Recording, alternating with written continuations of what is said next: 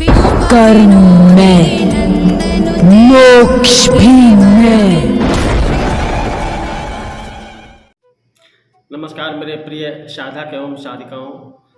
आज हम आप लोगों को एक ऐसी साधना देने जा रहे हैं जो तंत्र जगत की, अगर आप जड़ कहें तो गलत नहीं होगा, जो कि माता कामाख्या की ये साधना है। और ये बहुत ही प्रचलित जो साधनाओं में से एक मानी जाती है माता कामाख्या की साधना। इस साधना को करने के बाद आप जो है बहुत सारे कार्य आप एक ही मंत्र से कर सकते हैं। ये साधना ऐसी है कि आप इस साधना को, चाहे कोई साधक हो चाहे साधिका हो, इस मंत्र को, इस साधना को आप बहुत ही आसानी से कर सकते हैं।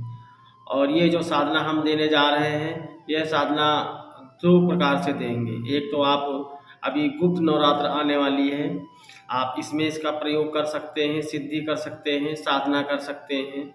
दूसरा, आप अगर इस नवरात्र में आप नहीं कर सकते हैं, यानी कुछ महिलाएं ऐसी हैं, साधिकाएं ऐसी हैं जो नहीं कर सकती हैं, तो नवरात्र के बाद भी आम दिनों में भी किसी भी मंगलवार से यह साधना आप आरंभ कर सकती हैं। और यह साधना बहुत ही अच्छी साधना है। इसमें जो अनुभव हैं बहुत ही अच्छे होते हैं। आपके ऊपर किसी प्रकार का कोई निगेटिव तंत्र आपके ऊपर किसी ने कर रखा है, या आपको सोते समय डर लगता है, या आप गद्दी ठीहा लगाते हैं, आप जैसे भी इस मंत्र का प्रयोग करना चाहें बहुत ही आसानी से कर सकते हैं। और इस मंत्र को आप आकर्षण के लिए भी इसका प्रयोग कर सकते हैं। आप इस मंत्र के कई प्रकार से इसकी प्रयोग में ला सकते हैं। गद्दी ठीहा अगर आप लगाने वाले व्यक्ति हैं तो आप इसका प्रयोग उतारे के लिए, तंत्र काट के लिए, किसी को आकर्षित करने के लिए आदि अनेक कार्य जो कहे गए हैं कर सकते हैं। क्योंकि जब माता कामाख्या, देवी कामाख्या की कृपा आपको प्राप्त हो जाती है, तब आप किसी भी प्रकार के कार्य को, यानी कि तंत्र से संबंधित किसी भी प्रकार के कार्य को आप बहुत ही आसानी से कर सकते हैं। किसी का आप झाड़ा लगा सकते हैं। आप बैठे बैठे अपने स्थान पे बैठे बैठे आप किसी दूर बैठे दराज व्यक्ति का आप झाड़ा लगा सकते हैं। इसी मंत्र के माध्यम से आप उतारा भी कर सकते हैं। इसी मंत्र के माध्यम से आप किसी को जल अभिमंत्रित करके आप दे सकते हैं, जिसका तंत्र भी कटेगा। और आप इसी मंत्र के माध्यम से आकर्षण प्रयोग कर सकते हैं, जो कि मैं आज आप लोगों को इस मंत्र के माध्यम से आकर्षण प्रयोग बताऊंगा। और आप इसकी साधना विधि है, साधना विधि बताऊंगा।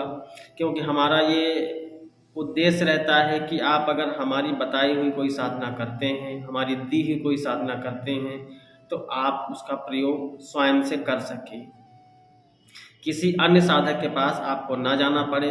उसकी प्रयोग विधि आपको पता होनी चाहिए, क्योंकि जब आपने साधना की है तो आपको उसकी प्रयोग विधि पता होनी चाहिए। अगर आप साधना किए हैं और आप साधना करने के बाद आप उसको प्रयोग विधि नहीं पता है, साधना का प्रयोग नहीं कर पा रहे हैं, तो ऐसी साधना करने से मेरा मानना है आप साधना ही ना करें। तो सबसे पहले आप जो है मंत्र को नोट कर लीजिए। क्लीम क्लीम कामाख्या क्लीम क्लीम। ये बीज अक्षर मंत्र है, ये बीज मंत्र है। बीज मंत्र का मतलब होता है शक्ति का बिल्कुल मेन, जिससे शक्ति आपकी ओर आकर्षित होती है, शक्ति उत्पन्न होती है। ये बीज अक्षर मंत्र है, तो आप इसका प्रयोग कर सकते हैं। आप इससे 21 माला जाप करें। दिशा आप जो है उत्तर की रखें। अभी नवरात्र आने वाली है, गुप्त नवरात्र आने वाली है, इसमें इसका प्रयोग करें। 21 माला 9 दिनों तक। सामने माता कामाख्या की आप फोटो रखें। सामने एक बजोट होना चाहिए, यानी लकड़ी का एक जो है 1.25 फुट का एक टुकड़ा होना चाहिए। उस पर लाल कपड़ा बिछाएं, उस पर माता की फ़ोटो रखें। उसी फ़ोटो के सामने आप जो है लाल सिंदूर रखें, और सिंदूर अगर हो सके तो कामिया सिंदूर रखें। अगर कामिया सिंदूर आपको नहीं मिलता है तो आप इधर उधर भटके नहीं, आप यही नॉर्मल सिंदूर उसे आप रख सकते हैं। सिंदूर लाल होना चाहिए। उसके बाद आप जो है 21 माला नित्य धूप बत्ती अगरबत्ती जला करके आप इनका जाप करें, माता की पूजा करें। और कोई भी पूजा करने से पहले आप सर्वप्रथम अपने गुरु का पूजन करें, गुरु को नमस्कार करें। उसके बाद अपने इष्ट का पूजन करें, इष्ट को नमन करें, नमस्कार करें। उसके बाद फिर आप जो है साधना आरंभ करें। अगर आपने भैरव बाबा की साधना कर रखी है तो ये मंत्र भी लगा सकते हैं, क्यों भैरव बाबा रक्षक देवता होते हैं। आप इनका भी मंत्र आप आगे लगा सकते हैं अगर आपने साधना कर रखी है तो। इसके बाद आप 21 माला 9 दिनों तक नित्य 9 दिनों तक यानी नवरात्रों में 9 दिनों तक 21 माला आप जाप करेंगे। जाप करने के बाद आप जो है आप अपनी जो ध्यान है, जो एकाग्रता है उसको बना कर रखिए। जाप करते समय आप आंखें बंद रखें, अपने आज्ञा चक्र पे फोकस करते हुए आप जाप करें। आप अपने आसन पे बैठें, आसन पे विशेष ध्यान रखें। जब आसन पे बैठें तो आप ऐसे आसन पे बैठें, ऐसा अपना आसन लगाएं जिससे आपका ध्यान भंग ना हो, एकाग्रता बनी रहे। अगर आपको 21 माला करते हैं लगभग आधे घंटे या 40 मिनट का समय लगेगा। जो नए साधक हैं उनको थोड़ा समय लग सकता है और जो पुराने साधक हैं वो लगभग आधे घंटे में ये साधना कंप्लीट कर लेंगे। तो इस साधना को कर लीजिए। और साधना करने के बाद और नित्य लौंग और कापूर 2 चीज़ों को आपको भोग देना है। थोड़ा सा कपूर नीचे रखना है एक प्लेट में, कटोरी में। उसके ऊपर आपको 1 जोड़ा लौंग रखना है और आपकी जो सिद्धि है, साधना है, उसको करने के बाद नित्य उठने से पहले आप इसको भोग दें। आप लौंग कपूर रख करके भोग दें यानी कि जलाएं। अगर आप चम्मच में रख करके जलाएं तो आप जला सकते हैं। आरती रूप में उसे ऐसे ऐसे घुमाएं माता की फ़ोटो के सामने। अगर आप ऐसा नहीं करते हैं तो आप प्लेट में रख करके आप जला सकते हैं भोग स्वरूप। इसके बाद 9वें दिन आपकी ये साधना पूरी हो जाएगी। जब आपकी साधना ये पूरी हो जाएगी, आपका मंत्र सिद्ध हो जाएगा, तो आप इसका कई प्रकार से प्रयोग कर सकते हैं। झाड़ा में प्रयोग कर सकते हैं, आप किसी की दूर से बैठे बैठे हीलिंग कर सकते हैं, आप किसी को तंत्र काट कर सकते हैं। और तंत्र काट के लिए मंत्र बहुत अच्छा है। किसी बच्चे को भय लगता है तो उसे आप धागा बना सकते हैं।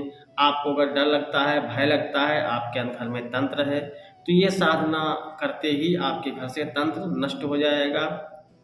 अगर आप स्वयं अपने घर का तंत्र नष्ट करना चाहते हैं तो आप संकल्प ले करके इस मंत्र की भी आप 11 दिनों तक आप साधना कर सकते हैं। आपके घर में किसी प्रकार की कोई नेगेटिव एनर्जी है, तंत्र बाधा है, प्रेत बाधा है, वो नष्ट हो जाएगी। ये बहुत ही अच्छा मंत्र है, प्रमाणित मंत्र है। आप ये मत सोचिए कि नहीं ये मंत्र बहुत प्रचलित है, पुस्तक में पाया जाता है तो कार्य नहीं करता है, ऐसा मत सोचे। पुस्तक में तो निर्वाण मंत्र भी पाया जाता है, पुस्तक में तो लगभग सभी मंत्र पाए जाते हैं। ओम नमः शिवाय मंत्र पाया जाता है, गायत्री मंत्र पाया जाता है, तो क्या कार्य नहीं करते? ऐसा कुछ नहीं है। आपका जो वस्ताज है, आपका जो गुरु है, अगर आपको मंत्र देता है और दीक्षित मंत्र है तो आपके पास कार्य जरूर करेगा। अब आते हैं आकर्षण पे। अगर आप उसका आकर्षण प्रयोग करना चाहते हैं, आप व्यवहार से रिलेटेड हैं, तो जो आपने सिंदूर रखा था स्थान पे, ढेरी बनाई थी, थोड़ा ज़्यादा सिंदूर रख लीजिएगा, 20-30 ग्राम रख लीजिएगा या 50 ग्राम रख लीजिएगा। उस सिंदूर का आप नित्य तिलक लगाएं। जब आप उस सिंदूर का नित्य टीका लगाएंगे, तिलक लगाएंगे, इस सिंदूर का प्रयोग साधक भी कर सकते हैं, साधिकाएँ भी कर सकती हैं, आम इंसान भी कर सकता है। आप अपने मत्थे पर ऐसे तिलक लगाएं। आप देखेंगे जब आप तिलक लगाएंगे तो आपका जो आपके प्रति जो लोगों का नज़रिया है वो बदलेगा, लोग आपकी ओर आकर्षित होंगे। देखिएगा आपके जीवन में बदलाव आएगा। आप ये साधना कीजिएगा, जरूर साधना कीजिएगा। ये साधना हल्के में मत लीजिएगा, बहुत अच्छी साधना है।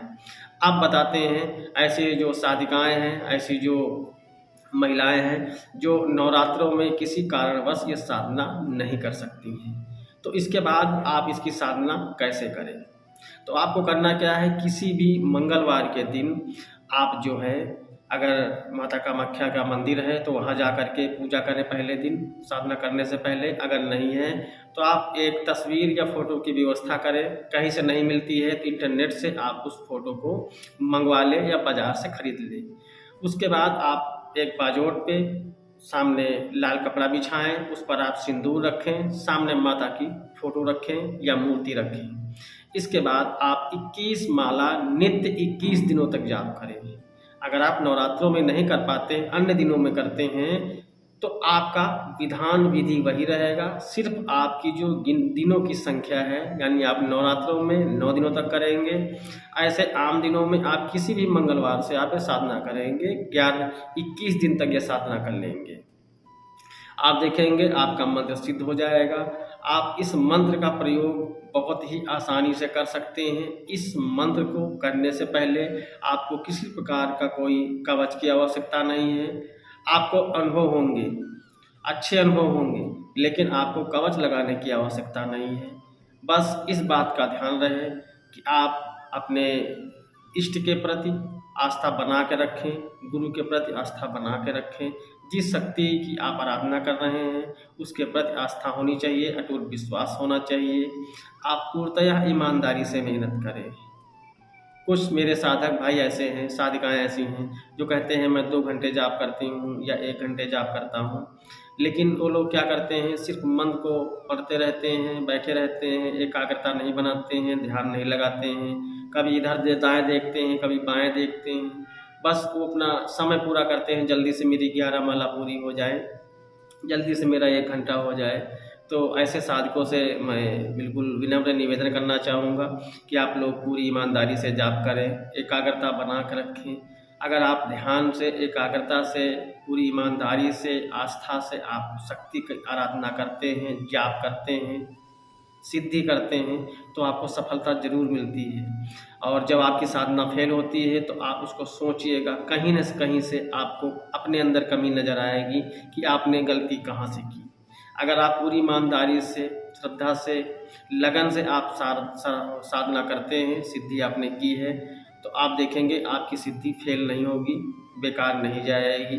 भले आप उसे देखने में सक्षम ना हो, देख ना पा रहे हों, लेकिन आपकी जो है सिद्धि साधना बेकार नहीं जाएगी। अगर आप सिद्धि साधना से रिलेटेड कोई जानकारी चाहते हैं तो आप हमारे व्हाट्सएप पे मैसेज डाल के आप संपर्क कर सकते हैं, आपको जवाब दिया जाएगा। वेट कीजिएगा, क्योंकि कभी कभी ऐसा होता है क्वेश्चन आप लोग ज़्यादा करते हैं, जिस वजह से आंसर देने में समय लग जाता है।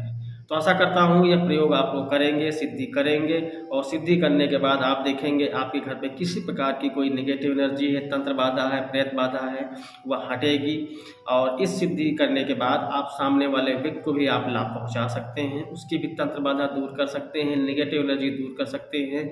और माता कामाख्या वैसे भी तंत्र की देवी हैं, इनकी आराधना करने वाले पे तंत्र इतनी आसानी से नहीं चलता है। तो आशा करता हूँ आप लोग इस साधना को करेंगे और साधना करने के बाद अपने आप को लाभान्वित करेंगे। इसी मंगल कामना के साथ जय शिवा शक्ति, मंगल कामनाएं, नमस्कार।